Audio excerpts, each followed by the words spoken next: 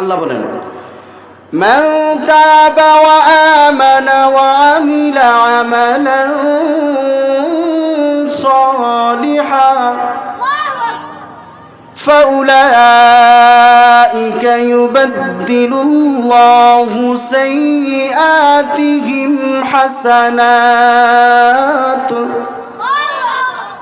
আল্লাহ রাব্বুল আলামিন বলেন, যেই ব্যক্তি তাওবা করলো, যেই ব্যক্তি ঈমানের উপর অটল থাকলো, যেই ব্যক্তি ভালো কাজ করলো, এরে মানুষ, আল্লাহ রাব্বুল আলামিন ওই তাওবাকারী বান্দার সব গুনাহ নেকি দ্বারা পরিবর্তন করে দেন। আল্লাহু আকবার। তাওবা করলে সব গুনাহ কি করেন?